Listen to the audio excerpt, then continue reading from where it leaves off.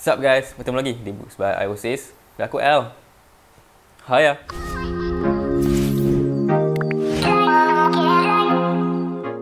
So guys, untuk video kali ni aku nak share pasal July book wrap up.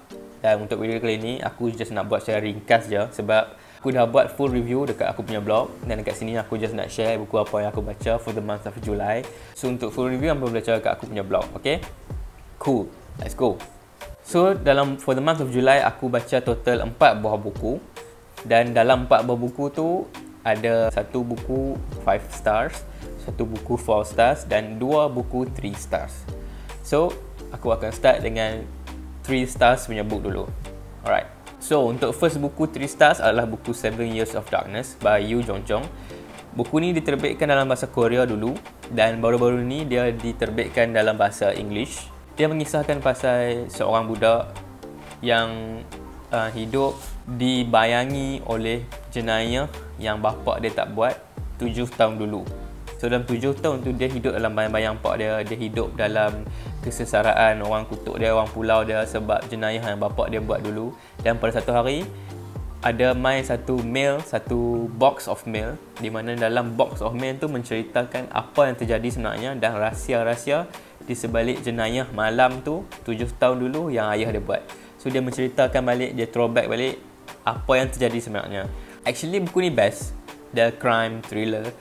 Tapi bagi aku dia punya pacing somewhere in between tu agak slow. So bagi aku dia ada macam dah potong steam lah. Dia punya penceritaan dia, actually aku agak confused. Dia ada mix of moments here and there tanpa dia menceritakan di mana titik permulaan ataupun titik pengakhiran throwback tu. So dekat situ je lah aku fail untuk follow dia punya flow.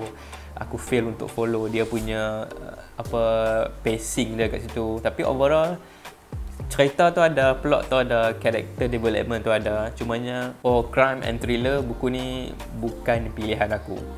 Tapi aku recommendkan kepada siapa yang teringin nak baca buku murder yang macam ni, buku crime yang macam ni, macam mana aku ceritakan tadi, boleh dapatkan buku ni, 7 Years of Darkness. It's quite an easy reading, tapi secara pemahaman aku agak fail sikit. So yeah, 7 Years of Darkness, 3 stars. Second 3 stars book adalah buku ni.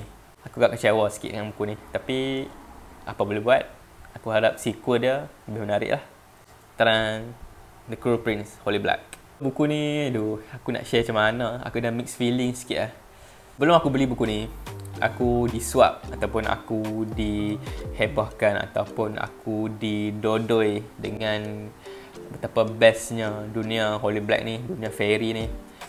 Dan aku pun beli buku ni dengan, bagi aku high expectation ke lah. Aku order buku ni dekat local bookstore dan time tu PKP, dia nak sampai pula lambat. Aku duk follow up dengan dia sebab aku excited gila nak baca buku ni. Time tu aku duk baca buku, aku nak baca buku crime and thriller kot daripada buku fiksi. Tapi aku dah nak tukar mood. Aku memang shifted. Aku memang gila-gila nak baca buku bergenre ni. Dan bila dah dapat buku ni, aku baca dengan high expectation. Tapi agak let down lah actually. Sebab dia punya penceritaan overall, dia punya cerita overall tak setinggi jangkaan aku. Mungkin aku jangka tinggi sangat kot. Aku duk jangka macam dunia fairy ni, dunia yang sangat orang cakap apa, fantasy ni. Ya, kita fantasize macam-macam kan. Aku bayang macam ni, hang bayang macam lain. Tapi at the end of the day, buku tu main macam tu. Siapa yang kena tembak dekat, dia dapat. So aku bayang macam lain dan buku tu main macam ni. So sasaran tu agak jauh. So aku agak hampa sikit kat situ. Tapi overall aku suka buku ni. Dunia dia best. Dia punya penceritaan dia best. Dia punya plots, development semua best. Tapi ada beberapa part yang bagi aku macam itu je. Macam I want more. Overall buku ni aku just bagi 3 stars. Siapa yang nak tahu full review buku ni, link untuk blog kat bawah. Sorry guys. Moving on, untuk buku yang aku baca dalam month of July dalam kategori 5 stars adalah Stephen King, The Revival. Wah, apa tengok kilat weh. Tu. Aku dapat buku ni dalam wrapping ni kot, belum buka lagi. So buku ni sangat luxurious lah bagi aku sebab tengok dia punya hardback dia. Dia punya finishing touches dia. Hard tu lagi power daripada segala buku yang aku ada. So apa yang menarik pasal buku Revival ni, aku baca review, dia bercakap this is the classic King.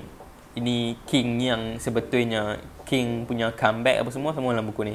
Aku tak baca banyak sangat buku Stephen King, tapi aku tahu banyak buku dia yang menarik dan aku sangat teringin nak baca. Contohnya dia punya crime and thriller dia punya horror dia. I was going for the crime and thriller punya genre dan dia tak menghamparkan aku. Cumanya sebab apa 4 star dan bukan 5 stars? Sebab buku ni dia punya crime and thriller tu dia kick dekat hujung-hujung buku je. Permulaan cerita dia sangat genre. Dia sangat cakap apa sangat bukan flat, dia membina tapi dia tak cetuskan apa-apa emotionally triggered kepada aku. It is a page turner sebab aku looking forward untuk crime and thriller punya scenes dan itu saja reason untuk jadi page turner bagi aku.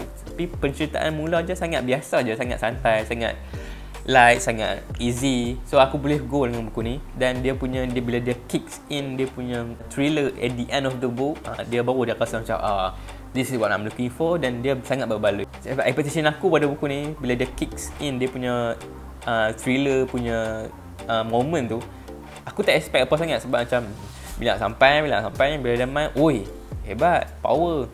So aku macam wah okey lah buku ni. Dia end with a boom, dia tutup dengan clean buku ni. Buku ni menceritakan pasal seorang budak, dia dibesarkan dalam keluarga Kristian. Dia jumpa satu pastor. Pastor ni pula sangat cenderung sangat obses dengan elektrik. Ada satu kemalangan berlaku.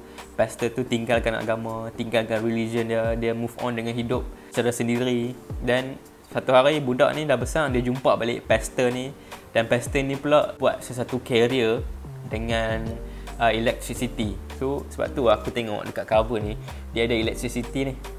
Revival ni pula betul-betul revival lah sebab dengan electricity tu, pastor tu guna electricity tu untuk merevivkan balik orang yang sakit-sakit macam cakap apa, sakit-sakit yang teruk, sakit-sakit macam cancer lah, sakit-sakit macam sangat critical. So dia revive balik pesakit-pesakit tu menggunakan the power of electricity.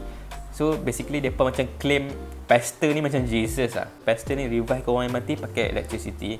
So dekat situ lah, dekat ujung-ujung buku yang dia kicks in dia punya crime, dia punya thriller tu.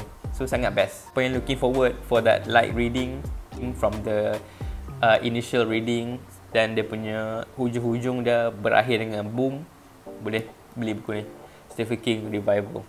This book is a 4 stars book. Okay, good one. Dan buku 5 star dan buku yang terakhir yang aku nak share dengan hampa adalah buku ni, A Monster Calls, Patrick Ness. Before aku beli buku ni, aku tak tahu buku ni dah ada movie. So after aku baca buku ni dan dia sangat best, aku looking forward untuk tengok dia punya movie the next. Monster Calls ni klasik lah from Patrick Ness. Buku ni menceritakan pasal seorang budak, dia diganggu oleh monster dalam bentuk tree pada setiap malam dia. Dan tree tu pula datang dalam malam-malam dia untuk menceritakan pasal kehidupan, untuk menceritakan sesuatu peristiwa yang terjadi dulu, menceritakan pasal apa yang budak ni tengah lalui, apa yang budak ni akan buat, apa semua. Dia agak misteri lah dan juga dia agak horror at first sebab basically pokok ni bercakap dan dia akan aktif pula, dia akan wujud dekat tingkap budak tu pada tepat jam 12.06 07. Aku tak ingat. Tapi dalam tepat masa tu dia akan main kat budak tu, dia akan kacau budak tu, dia macam wisdom lah. Dia akan bagi wisdom kat budak tu, dia akan guide budak tu through this and that. Sebab mak budak tu mengidap penyakit kanser. Budak ni sendiri ada masalah dalam sosial dia, masalah dalam family dia. So dengan kedatangan pokok tu, budak ni seolah-olah dia ada guidance dia dah untuk teruskan kehidupan, untuk buat this and that, untuk jaga mak dia macam mana apa semua. So buku ni sangat best dan buku ni sangat menyentuh jiwa walaupun dia crime and horror, bukan thriller and horror, tapi dia ada satu theme di mana dia sangat sensitif kepada pembaca, di mana dia menceritakan pasal kasih sayang dia dengan mak dia tak ada mak dia tak ada family, so dia sunyi. Bayanglah budak hidup dalam keadaan macam tu, so sangat touching lah. So dia berakhir pula dengan satu scene yang sedih, dengan satu plot yang sedih. So benda tu sebenarnya yang macam cakap apa, menyentuh readers tau, benda-benda yang bermain dengan human punya emotion. So bagi aku buku ni sangat best. Aku recommend siapa-siapa nak baca light reading. So buku ni sangat nipis je around 230 muka surat je. So boleh dapatkan buku ni kepada siapa-siapa yang berminat dengan penceritaan aku beritahu tadi. Full review untuk buku ni adalah dekat link kat bawah. Okay, so buku ni A Monster Calls by Patrick Ness deserve 5 stars for me. So aku rasa itu sahaja untuk video kali ni. Semua review dan juga semua komen yang aku bagi tadi adalah semua based on pandangan aku dan semua hanya bias kepada diri aku, bergantung kepada mood aku, environment aku punya timing membaca tu, dan review semua bergantung pada aku. So kalau hampa ada pandangan apa, aku hormati pandangan apa yang aku suarakan, pandangan aku adalah based on diri aku saja. So that's why ada beberapa buku yang agak mengampakan. So itu saja untuk video kali ni. Siapa-siapa yang nak tengok, nak baca full review, boleh baca dekat aku punya blog. Link will be in the description box below. Semua full review aku letakkan di situ. Dan itu saja buku yang aku baca for the month of July. So yeah, I think that's much it for this video. Don't forget to share, like and subscribe if you haven't already. Click here to watch my recent video and here to subscribe to my channel. Again, thank you guys for watching. Talk to you guys in the next one. This is Books by Iwasis, and I'm Al. Bye.